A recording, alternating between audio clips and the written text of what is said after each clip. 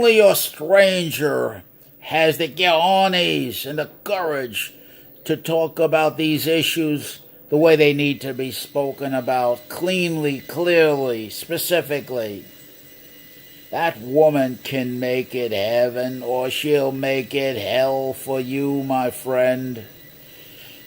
It gets particularly rough if because of your phenotype, your appearance, your continence, your expression, and the facial structure, your height, your proportions. It always begins there. That's why your stranger keeps on talking about it. Not because it makes your stranger feel good or anything. It has nothing to do with it. I'm telling you the truth.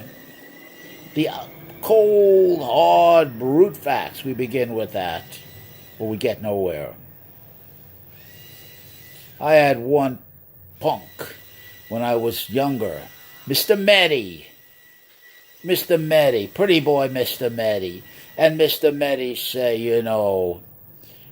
he was representing the progressive, quote unquote, point of view. And he says, why does all the women, they come to me, all the women come to me, and when I deal with them, they make it easy to approach because I'm handsome, because I'm virile, because I'm tall, because I have a full head of hair and good muscular proportions. But you the stranger, the women's reject you. You don't even get a chance to come in the arena and say hello. Why is that so? Stranger, why is it so? Why does a man like me have a long, flexible leash? I can get away with just about anything. But you the stranger, because of the way you look, because of your height, because of your proportions, because of your big fat belly, your big fat face, gross features. When you approach, the women's walk away from you. They don't even want you in their space. This is the fact you got. If I went to one dance, listen to this. One bum, one lowlife, one piece of garbage. He's a pretty boy. Another, here we go again. Night goes in. And no sooner does I go in, and I looks around at all the women's, and he holds two fingers up in the air. Phil, muscular Phil, tough guy. Two fingers up in the air, say, hey, stranger, hey. Look at me. And he's beating his chest. Not making any of this up, my friend. And he says, 2 women, 2 for me. And then, of course, the next crazy thing the padrone, the pitiful one, the short little guy, attempts to do is to come up to an animal like this, a punk, a lowlife, and beg the punk, hey, fix me up. How do you do it? How did you do it? Why can't I do it? What's the secret? What's the story here? Help me. Is there a formula? Is there something I can say? Something I can do? And the padrone gets the answer he deserves. Here's the answer. Padrone! You won't believe what I'm with now, padrone. You won't believe it! The next thing the padrone does is, when am I going to see her? You'll see her, padrone. You'll see her. But only from a distance. Because it's a meeting that should never, can never, must never take place because of the way you look, padrone. What can I do? There's my point. Now I'm setting you up. Your stranger always gives you background. Your stranger always dramatically sets up the problem. Here it is. Anybody that tells you different, well, that son of a bitch is lying. You get yourself in the best shape of your life. You drive iron. You get the idea of fairness, drive it out of your mind. You get the idea of an entitlement, drive it out of your mind. Work it out of your mind. Squeeze it out of your mind. You come into the iron room and you drive iron like your life depends on it, because it does. You squeeze out every ounce of fair. You get in, you punch that heavy bag. Work the heavy. Punch the heavy. Kill that heavy bag. Do work that is physical.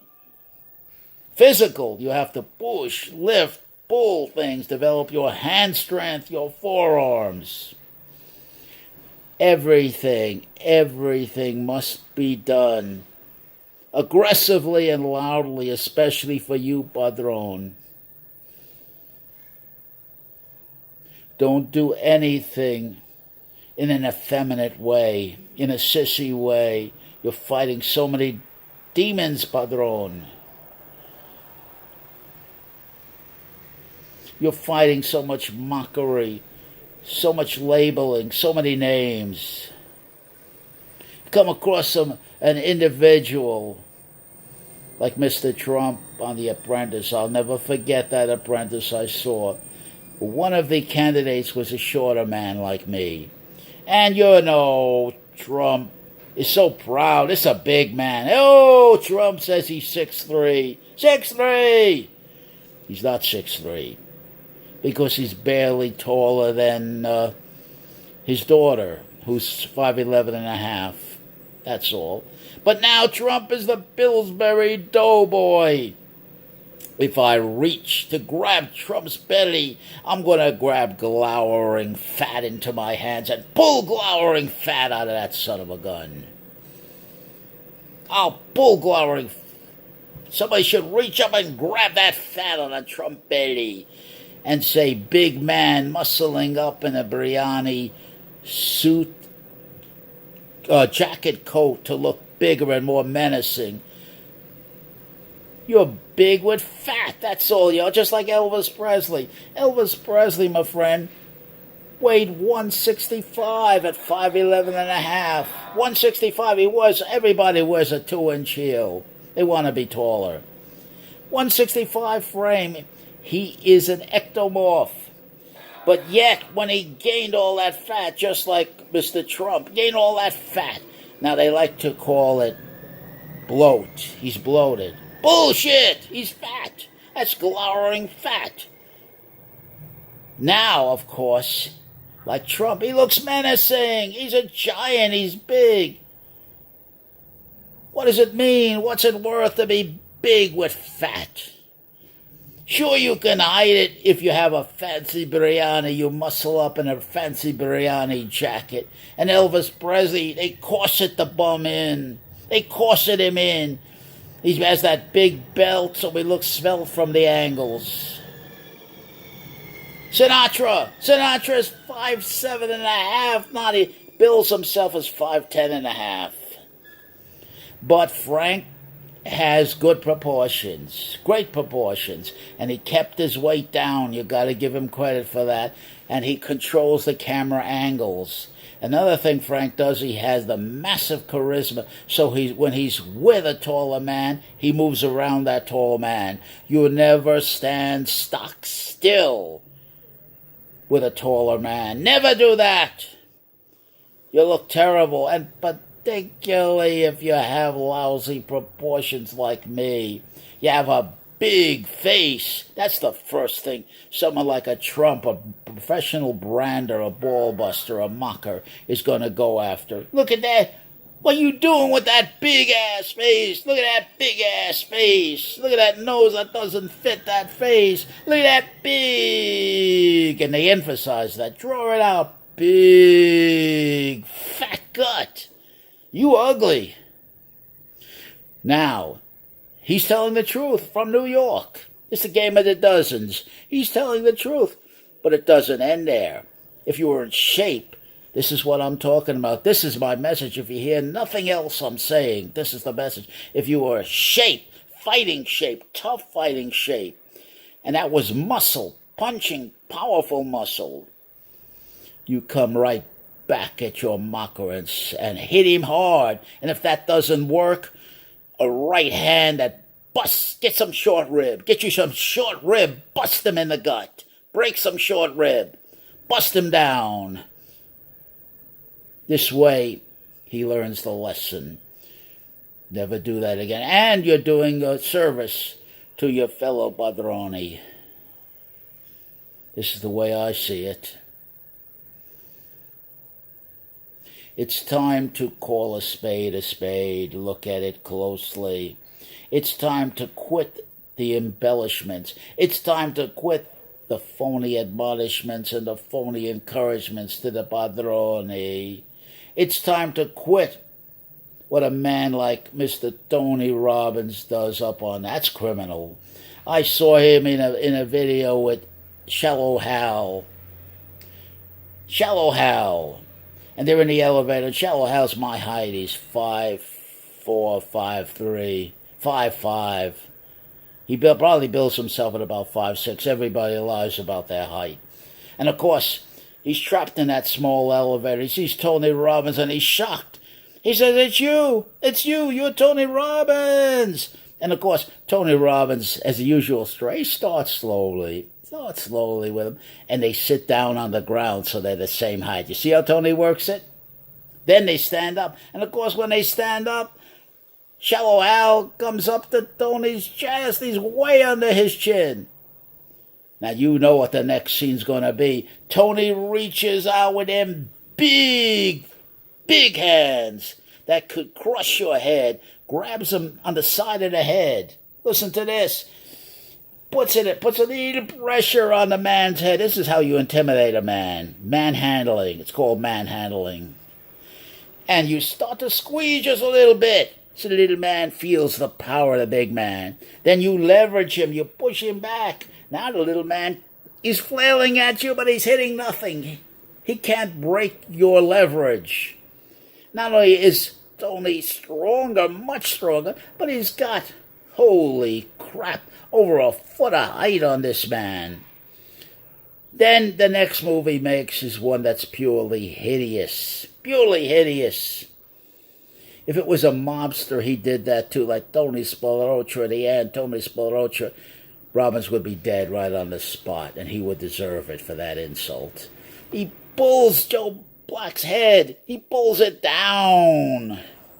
It's like a dog submitting to the stronger dog. He bows his head in deference. And then he talks into him. He holds that head, he holds it down. That's called anchoring your man. He talks into him. While he's doing that, your stranger knows hypnosis. While he's doing that, of course, what's going on in Shallow's mind, Shallow Hal? Hey, this man could kill me. He could crack my neck if he wants. He can bust my neck. He can crush my skull. He's got that much power. Or he can give me a hand smash to the face and bust my face up. Any of these things.